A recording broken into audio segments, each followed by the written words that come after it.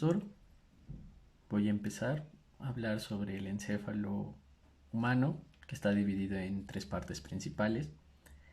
El cerebro, que es la mayor parte del encéfalo humano, que es lo que vemos aquí. El cerebro permite la percepción sensorial y controla las acciones motoras voluntarias. El cerebelo, que vendría a ser la parte de aquí. El cerebelo yace en el inferior del cerebro, en la parte posterior de la cabeza. En su mayoría está implicado en la coordinación del movimiento y en el ajuste fino de actividades motrices. Vendríamos después con el tallo, que es este de aquí. En este momento está separado, pero quedaría de esta forma. Localizado en la base del cerebro y es continuo con el cordón espinal. Aloja todas las conexiones nerviosas entre las diferentes partes del sistema nervioso central y el tallo cerebral provee inervación a la cabeza y al cuello a través de dos pares craneales. También contiene núcleos asociados a funciones corporales importantes como la regulación de la presión arterial, la respiración, deglución, o sea, pasar, control de la vejiga, ciclo del sueño, entre otros. En la parte superior del tronco central, y a veces clasificado como una parte de él, está el dicéfalo. Serían los principales componentes del dicéfalo son el tálamo, que podemos encontrar aquí. El tálamo sirve como una puerta de entrada, retransmitiendo señales sensoriales que se originan en todo el cuerpo hacia la corteza cerebral. También está involucrado en funciones emocionales y de la memoria. Empezamos a hablar sobre el hipotálamo, que es la parte vacía de aquí que llega del tálamo. El hipotálamo es el principal centro de control del sistema nervioso. Conecta el sistema nervioso con el sistema endocrino a través de una glándula pituitaria. También contiene núcleos involucrados en la regulación de la temperatura corporal, la ingesta de comida, agua, el ciclo del sueño y vigila memoria y comportamiento emocional. El cerebro consiste en dos hemisferios cerebrales.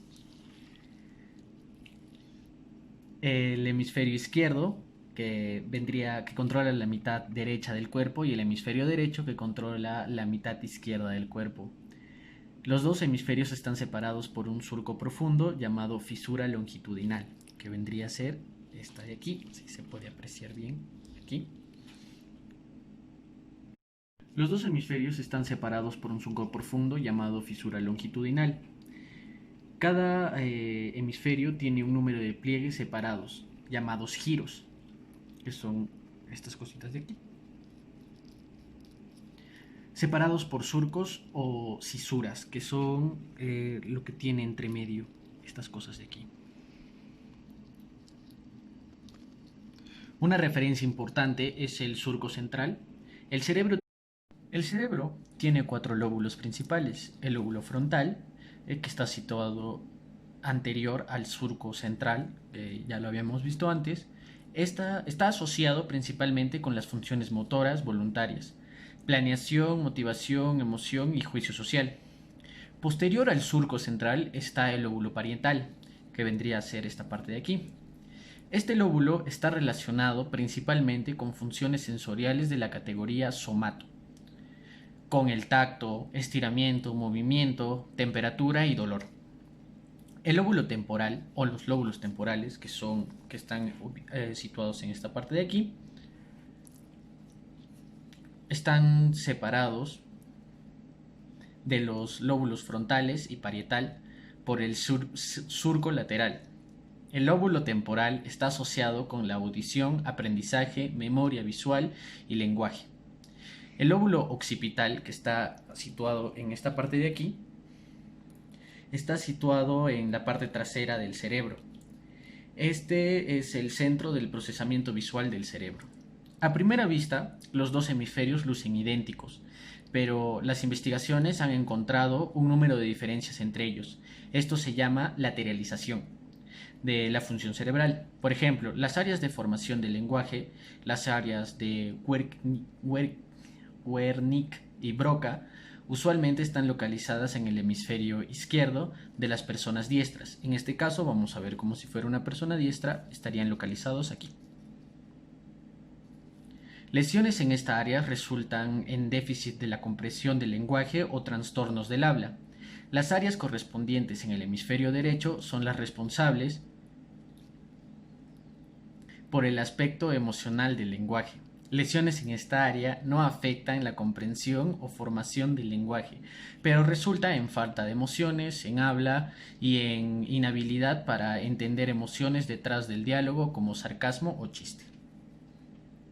Bueno, ahora hablaremos sobre la cisura de Silvio, la cisura de Rolando y los surcos interhemisférico y el paraoccipital.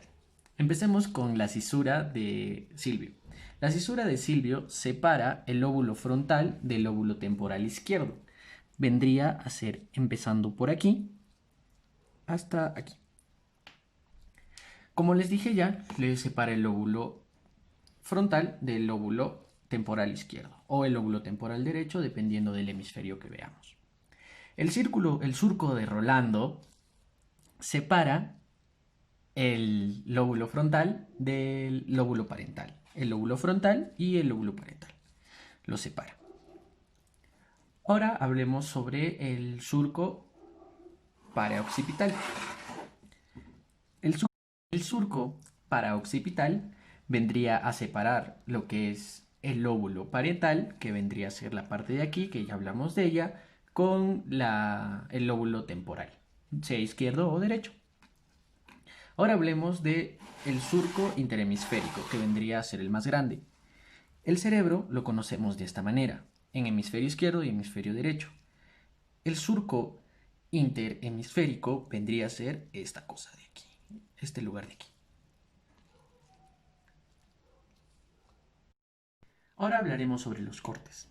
Los cortes vendrían a ser el corte sagital, que es separando los dos hemisferios, el parasagital, que es separando la mitad uno de los hemisferios, el horizontal, que vendría a ser el corte por en medio, la parte derecha o la parte izquierda del cerebro, separándolos en dos mitades horizontalmente, y el coronal, que vendría a ser una línea perpendicular entre el parasagital y el sagital.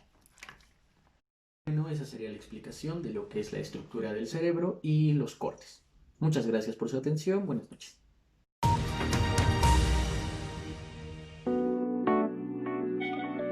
Este es el Gran Cerebro, una versión digital en 3D y de alta definición del cerebro humano. Su aspecto a primera vista puede ser como el de cualquier otro escáner, pero la información que contiene es 250.000 veces mayor que la de una imagen normal de hospital. El Gran Cerebro será accesible en Internet para los neurocientíficos de todo el mundo, que podrán usarlo en sus investigaciones. Podrán elegir un área en el que estén interesados y acercar la imagen para ver detalles a un nivel microscópico, que hace visibles hasta las células. Es como si fuera una especie de Google Earth. Los científicos reconstruyeron la imagen en 3D a partir de 7.400 cortes del cerebro de una mujer de 65 años. Cada capa tiene la mitad de grosor de un cabello humano. Después tiñeron cada corte para hacer resaltar los detalles anatómicos e hicieron escáneres de alta definición para digitalizar la información. El paso final fue recomponer en la computadora todas las capas escaneadas, un minucioso proceso que requirió en total 10 años de trabajo.